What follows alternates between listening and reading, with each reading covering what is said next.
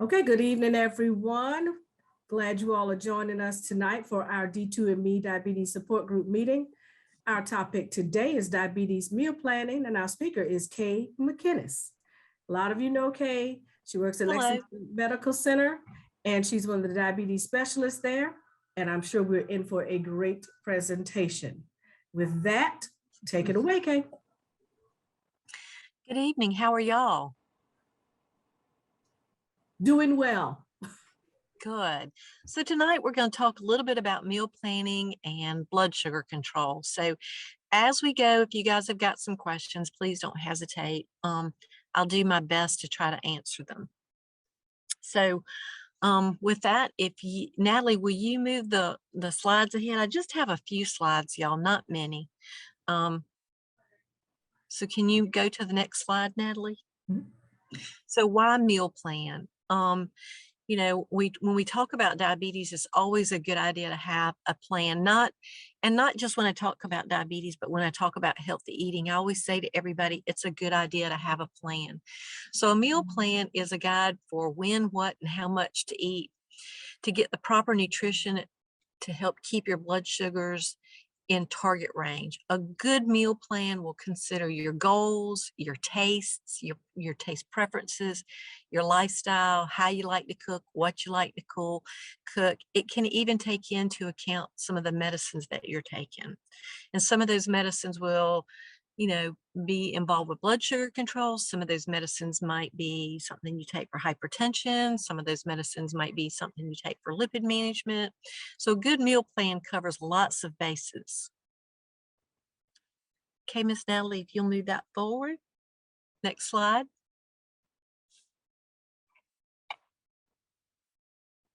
So when we focus on meal plans, and during class we always say this, we really want to focus on what to eat or what you want to add. We really try not to focus on what we want to take away, and I think that's the message we so often get, is what we can't have to eat healthy. But what we really need to do is change that messaging to say, what can we add to make our diet or our nutrition healthier? And when I say the word diet, I don't mean something I start on a Monday and I stop on a Friday. I mean, that's what when I say the word diet, that's what I mean when we are, just what we eat. Breakfast, lunch, dinner, Monday through Sunday. It's just, it's what we eat and how we eat. It's not necessarily something you do because you want to, achieve a goal, but, like weight loss. But so we focus on what we want to add. And there's so many mixed messages about what we want to add, but we always want to make sure that we add those non-starchy vegetables, the things that have a lot of color. When I talk to people, I always say, make sure that you eat the rainbow. You really want to make sure that you're getting lots of color in, and you want to make sure that you add those lean proteins in, lots of fish, lots of chicken, lots of turkey. And when you're tired of fish, chicken, and turkey, you might want a little bit more fish, chicken, and turkey. Be sure to include nuts, seeds, avocado, and olive oil. And when you're including those nuts and seeds, remember, one thing that kind of happens in our world is, if something is really good for you, the food industry gets involved a little bit. And so now we have super salty nuts and super sweet nuts. So when we say things like nuts, most often I'm talking about those raw nuts. And again, keeping food as close to natural as you can really can make a really big difference with this whole process. Next slide, please. But what about those carbohydrates? What we know about carbohydrates is that the carbohydrates found in the food that we eat does raise our blood sugar. How fast the carbs raise our blood sugar depend on what the food is and what you eat with it. For example, if you drink fruit juice, it's going to really impact that blood sugar fast. It's going to impact it pretty quick. Within 15 minutes, juice is going to be pushing that blood sugar up. That's that thing that we're going to say, if you have a low blood sugar, something that's under 70, we're going to say we want you to drink juice.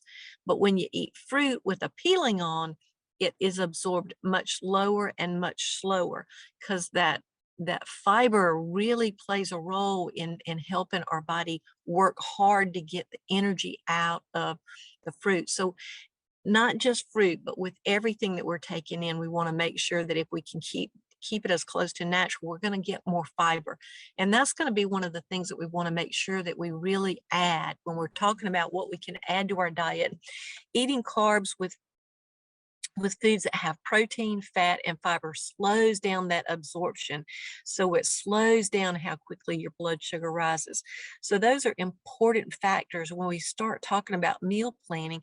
We want to make sure that we include all of those things and we don't leave out any of those things. Really specifically honing in on that fiber and making sure that we add fiber. It's one of those things that we often neglect. So we really have to think about how we're going to add that in. The protein and the fat, I think we can add those in fairly easily. I typically don't have to say to people, add fat to it. If you're having lean protein and you're having protein at all your meals, you're getting some fat. And what I do talk to people about fat is try to make sure that when you add or when you use fat, that you're using one of those monounsaturated fats that's a little bit healthier for us. Next slide, please. So this is kind of an old picture. So the plate has changed a little bit. We do talk about the plate method and carb counting.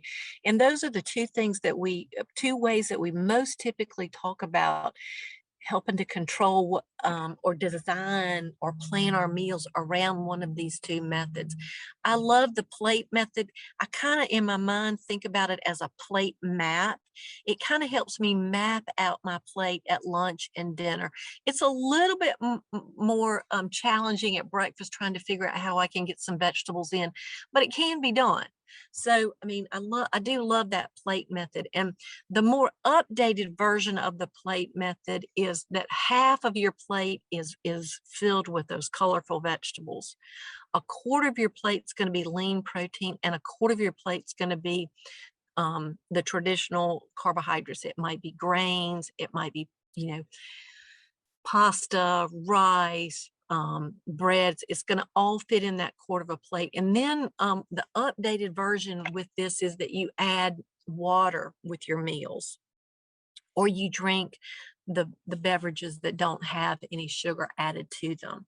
So dairy is a carbohydrate. So it can go, like at breakfast, it's a nice thing to add in place of your grains. So the plate on the other side, it shows, and I don't know why it doesn't calculate the grams of carbohydrate in the bread, but you would really have about 30 grams or 35 grams of carbohydrate, which is it's an easy amount of carbohydrate, especially for ladies. That would be a really appropriate amount of carbohydrate for females at breakfast. With our males, we typically, in our classes here at Lexington Medical Center, we typically say 45 to 60 for gentlemen at breakfast, at lunch, and at supper.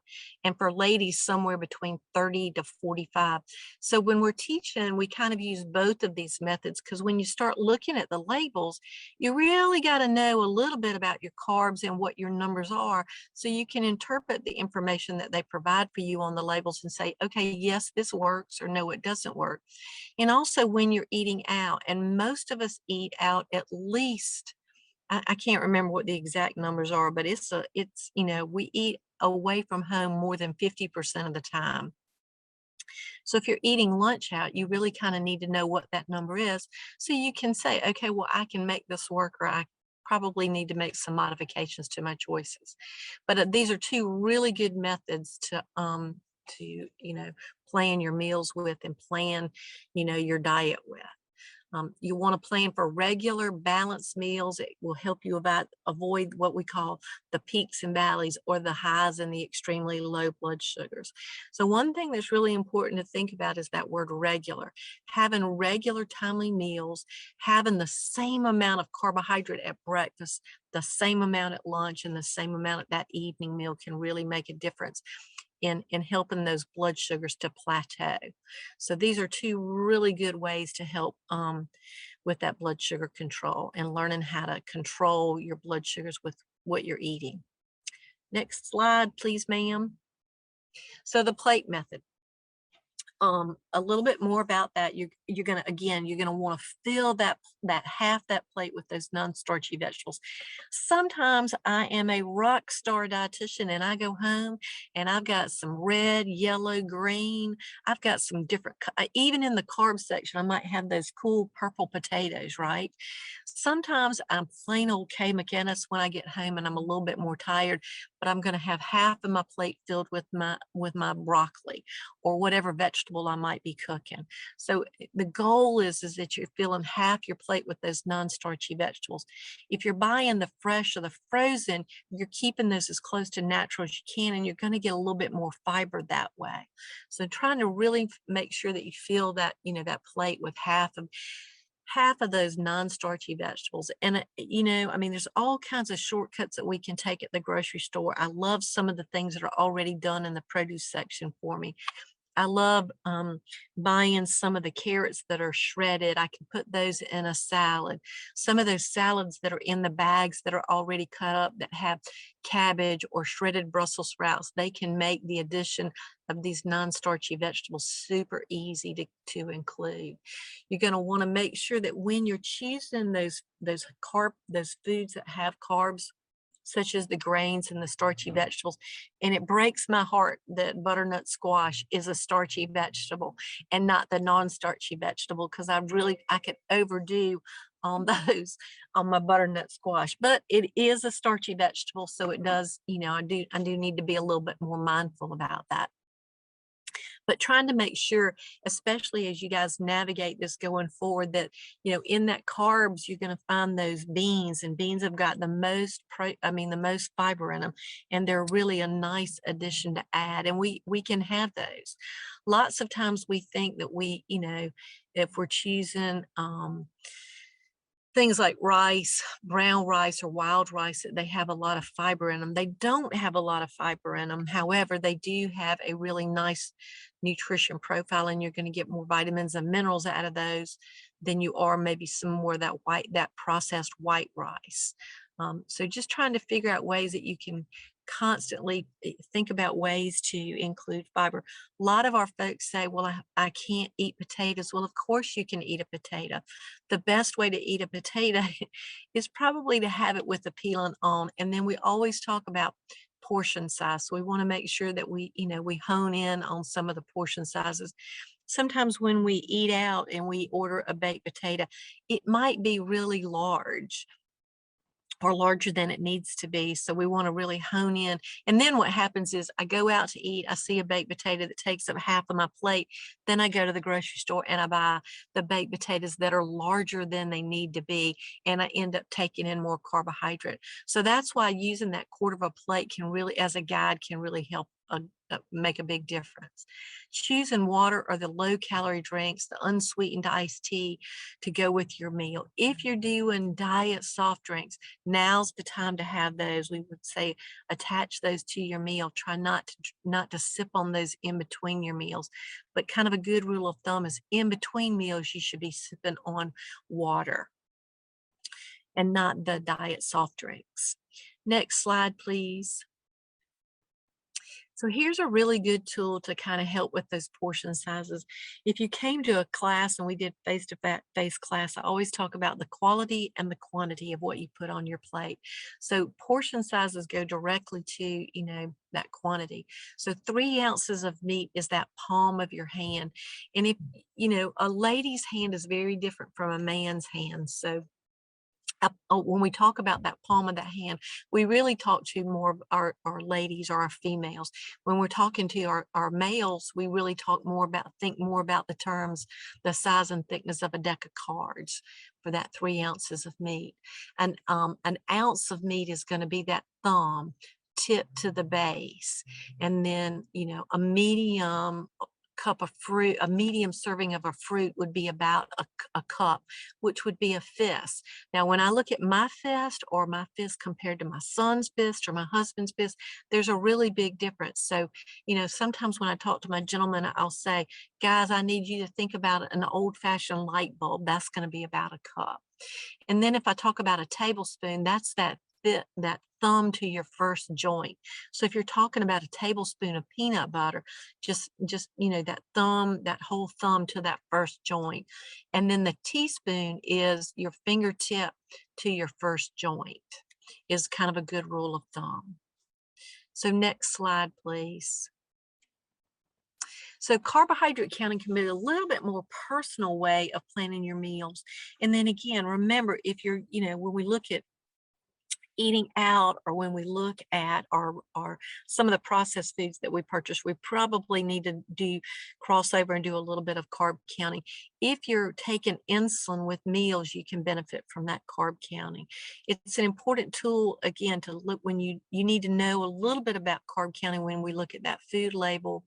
And then the information we get from websites can really help, especially if you're eating out, and then measuring your servings can really make a big difference with knowing the portion sizes. So when you look at the label, we'll talk about that when we get over there. Next slide, please, ma'am. So carbohydrates, just to make sure we're all on the same page and we're all talking about, that we know what the carbohydrates are and where they really come from. So all your grains, your pasta, your rice, whether it's white rice, wild rice, brown rice, yellow rice, cereal, all the cereals, hot, cold, all those cereals are going to be carbohydrates. Breads, crackers, those are all going to be things that are carbohydrates. Anything made from a grain is going to be a carbohydrate. All fruit, not some fruit, but all fruit. Sometimes in class, our folks will say, well, some fruit is carbohydrate. All fruit is carbohydrate. Your milk and your dairy, people don't realize that milk and dairy provide carbohydrate. They do have a little bit of protein in there, but majority of their nutrition comes in the form of carbohydrates. Beans and legumes, great sources of fiber. Yes, we need to include them, but they are carbohydrates and we need to count them. So the starchy vegetables, those are going to be potatoes, corn, sweet peas, butternut squash, some of the other squashes, those winter squashes, acorn squash, all of those are starchy vegetables.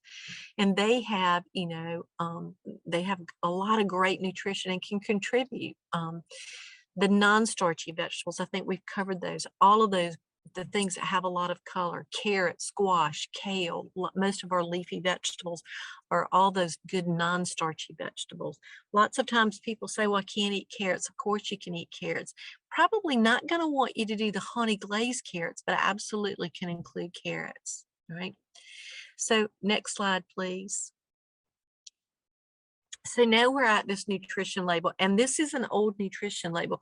Now on the nutrition label, under the sugars, it says added sugars, and it will give you a percentage under there. So if we go back and we're looking at this nutrition label, one of the things that we're going to look at is, I always like to say to folks, you want to look at that serving size, but it's important to look at the servings per container. So, if I'm fixing dinner for myself and my husband, and I put half of the container, which is going to be 4 servings on my plate and 4 servings on his plate, and then I really need to go back and I'm going to have to do a little bit of multiplication. So a deep, dark secret is I don't do math. So I have to do a little bit of math when I am looking at these nutrition labels. So having some guidelines can really help me. So again, using the serving size, looking at the servings per container can help me determine, how much I'm really going to have and what happens to my carbohydrate. So we really want to look at those total carbs. You do want to look at the amount of fiber that you're getting in. The sugars are already, and the no sugar, when it said includes added sugar, those, all 3 of those numbers, the dietary fiber, the total sugars, and the number where it says included added sugars, are already calculated in that 37 grams of carbohydrate.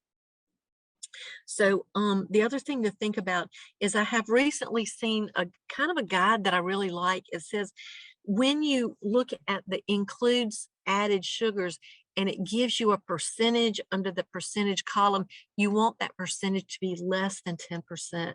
That can really help in deciding whether it's something that you want to purchase or something you want to leave on the shelf.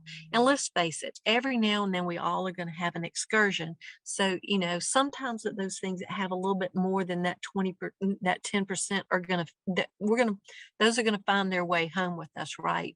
But as long as we know that it's an excursion, a field trip, and it's something that we don't do on a regular basis, it's an okay opportunity, right? It's just knowing how to fit these things in. So the thing to remember is, I think we only have ladies, but I'm not sure on this class. So ladies are going to do 30 to 45 grams of carbohydrate at breakfast, 30 to 45 at lunch, and 30 to 45 in the evening. So if there are any gentlemen, they're going to be doing 45 to 60 at breakfast, 45 to 60 at lunch, and 45 to 60 in the evening. That's not 45 to 60 all day long, or 30 to 45 all day long. It's per meal. And lots of times we get bogged down and we say, okay, well, that's all day. No, it would be, per meal. There are some diets out there that, want you to do an extremely low amount of carbohydrate. And I know that 30 to 45 may sound like a lot, or 45 to 60 may sound like a lot, but if we delve a little bit further into it, we watch what we're taking in, or we pull through Bojangles, and Bojangles has got the bow rounds and the biscuit.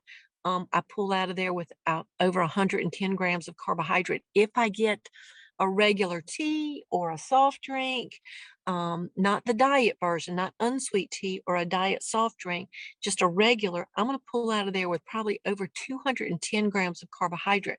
So again, when I say 30 to 45 at a meal, it may sound like a lot, but it's really not a lot. So just keep that in mind as you guys are navigating the grocery store and trying to figure out, which things fit and which things don't fit.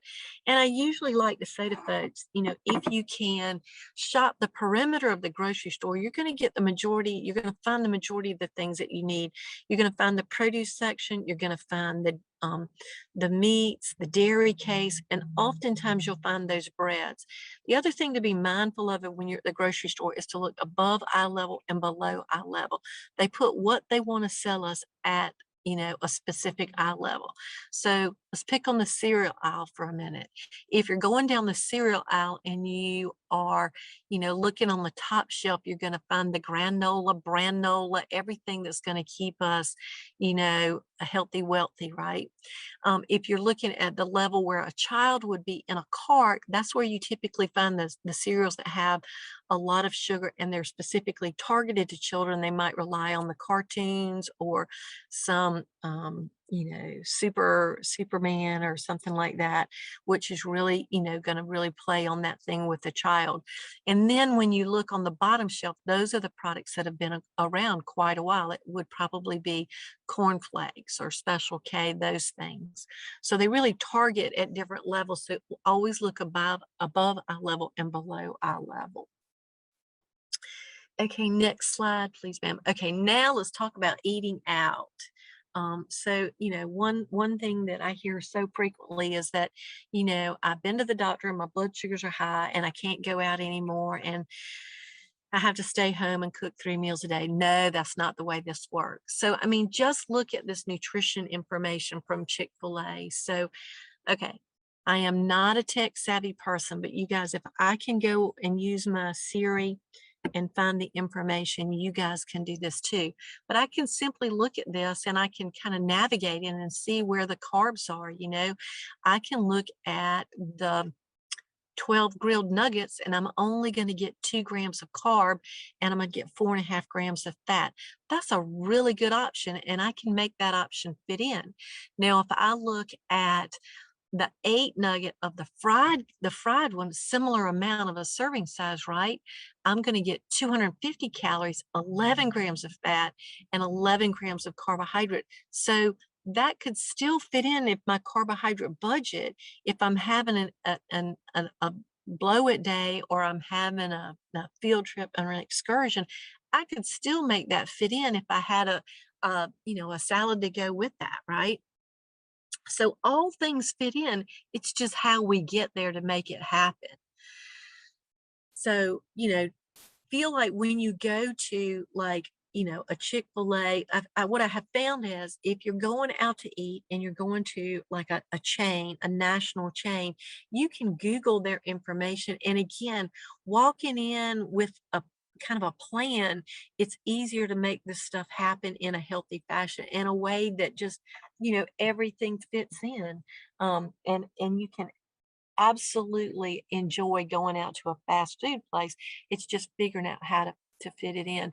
It's a little bit harder with the local chains, the smaller chains that are, specific to our area, but you can probably compare a burger at a national chain, compare it to something similar at a more of a local food spot, local restaurant, and you'll probably see similar information. I do love to go to, if it's a national chain, I like to go to their website to get the information, but there are a couple of websites that I do like. Calorie King would be one of them. I find that their information is quite reliable. Fat Secret is another one that's pretty reliable. And MyFitnessPal, lots of folks are very familiar with MyFitnessPal, and that gives you a lot of good, reliable information. So here's where it gets really muddy. It's that serving size, right? And knowing that 15 grams is one carbohydrate, 15 grams is a serving size.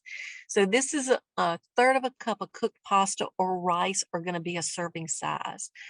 A half a cup of grits is a serving size. Half a cup of starchy vegetables is usually a serving size.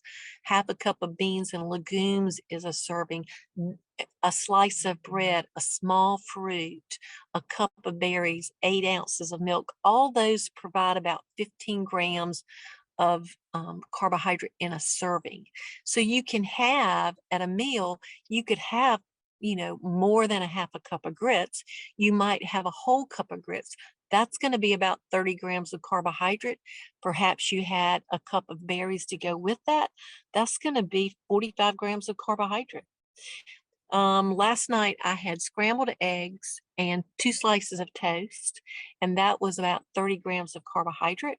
And my eggs provided the protein. And what else did I have? Oh, I had some chicken sausage. That would have been a little bit of fat and a little bit of protein. So again, everything fits in. Next slide, please. So our takeaways are to make sure that we drink plenty of water during the day. Try to make sure that you really focus on water and not the sugary sweetened beverages. We really say water in between meals. If you're going to do a sugar-free soft drink, a sugar-free beverage like a Crystal Light or a sugar-free Gatorade or a Gatorade Zero, you want to tack those on with your meals. And then in between meals, you're going to want to do that water.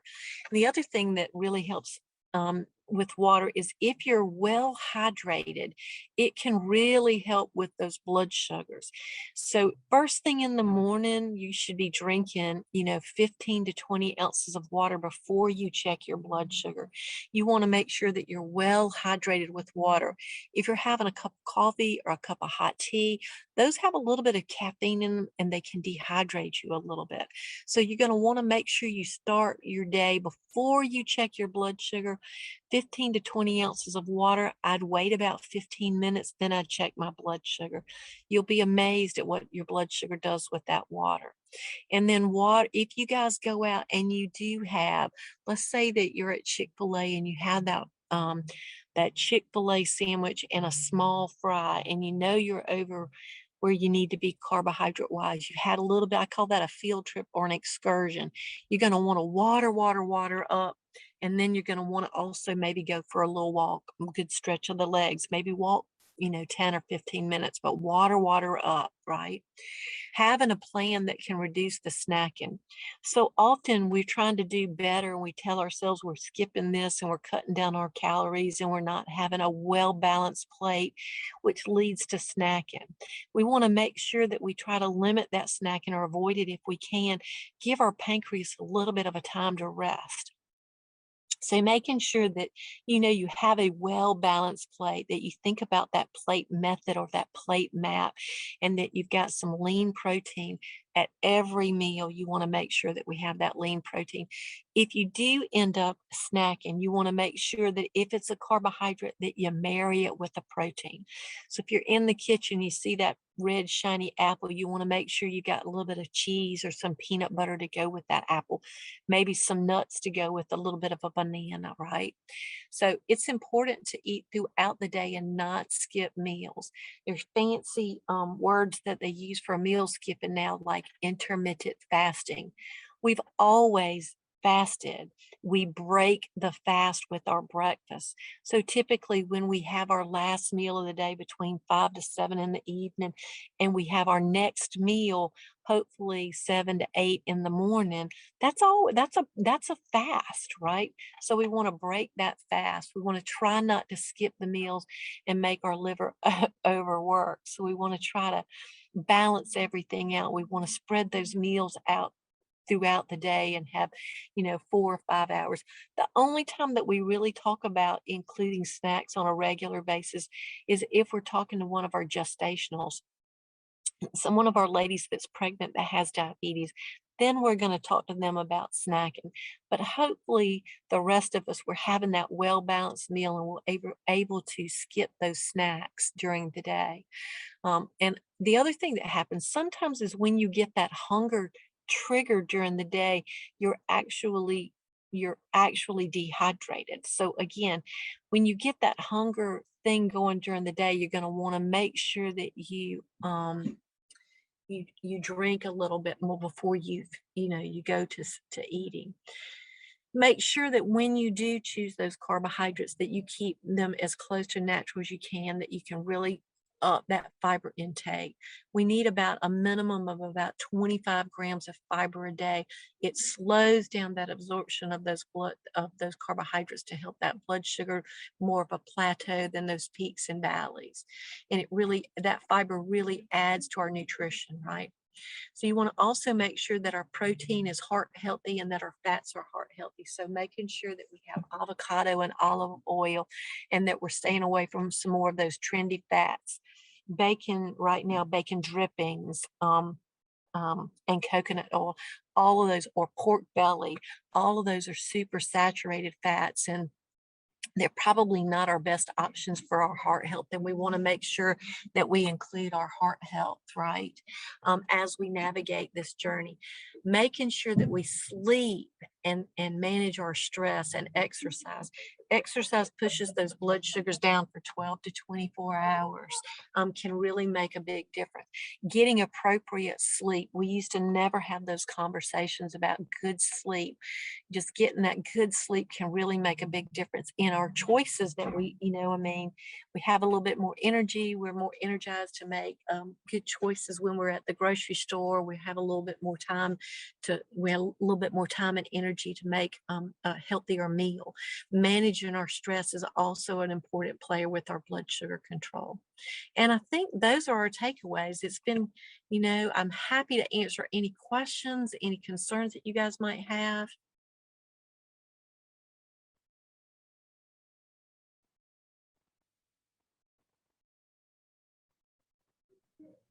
Okay, that was a great presentation as always. I have a question. Just wondering again, if you could mention those sites or apps that you said would be good for us to use when we're trying to count the calories and carbs when we're eating at, say, a fast food place or a national chain restaurant. Right. I love Calorie King. Calorie King, and you guys, if you get any diabetes literature from American Diabetes Association, or sometimes there's different magazines, Calorie King's been around for a long time, and a lot of good information, a lot of very good information about the nutrition that's in our food. So Calorie King is probably my number one. My Fitness Pal is another one that's a good one, and then Fat Secret is another one that you can use. So all of those, I mean, if you just Google Calorie King, it'll pull up the site, and you can just go to it. and put your information in. Now, here's the other thing, y'all. I'm really not techie. I'm really not tech savvy, but I pick up my phone and I can say, Siri, how many grams of carbohydrate in a Chick-fil-A sandwich? And she'll pull it up. And she'll pull up 3 sites and I click on the Chick-fil-A one, it helps me navigate, and figure out what I want. And a lot of the restaurants are putting some information about the calories on there, but they don't put the carbohydrates on there. And we really need to see those carbohydrates so we can help make a better choice.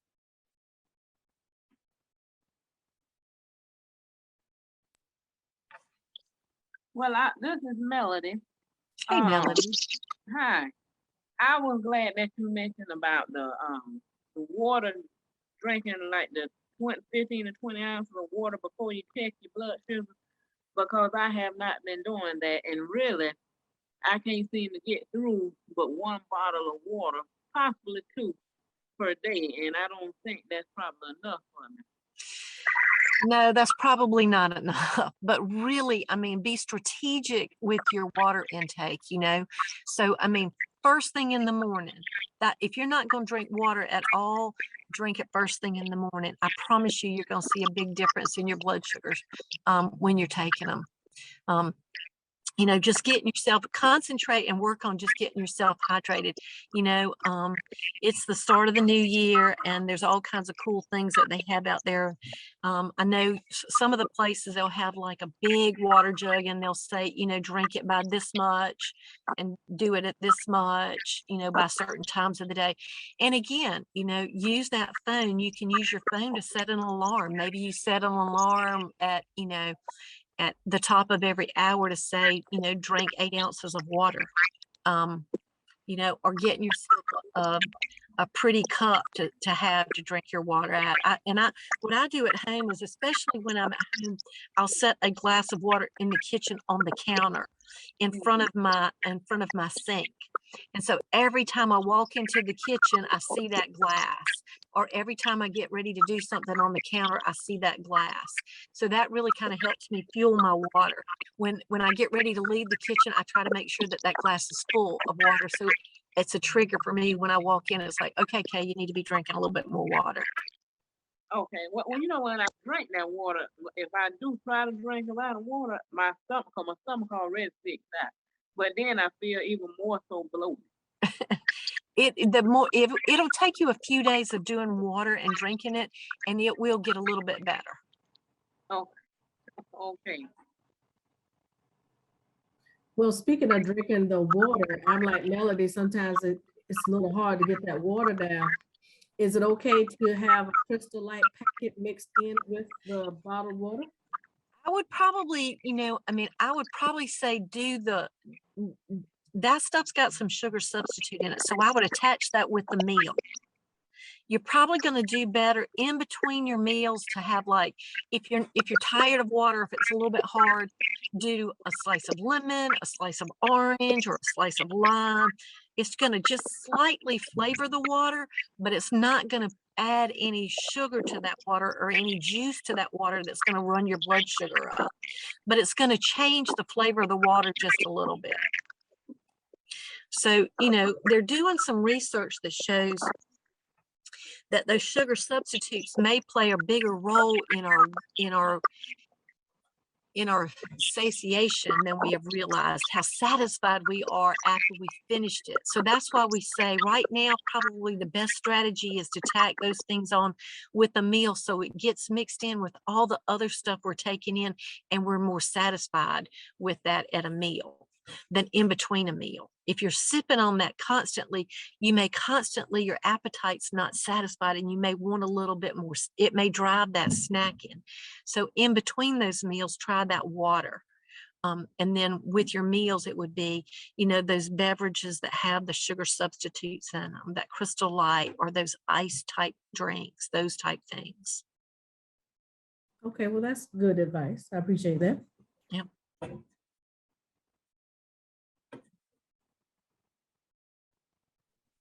Do we have any other questions?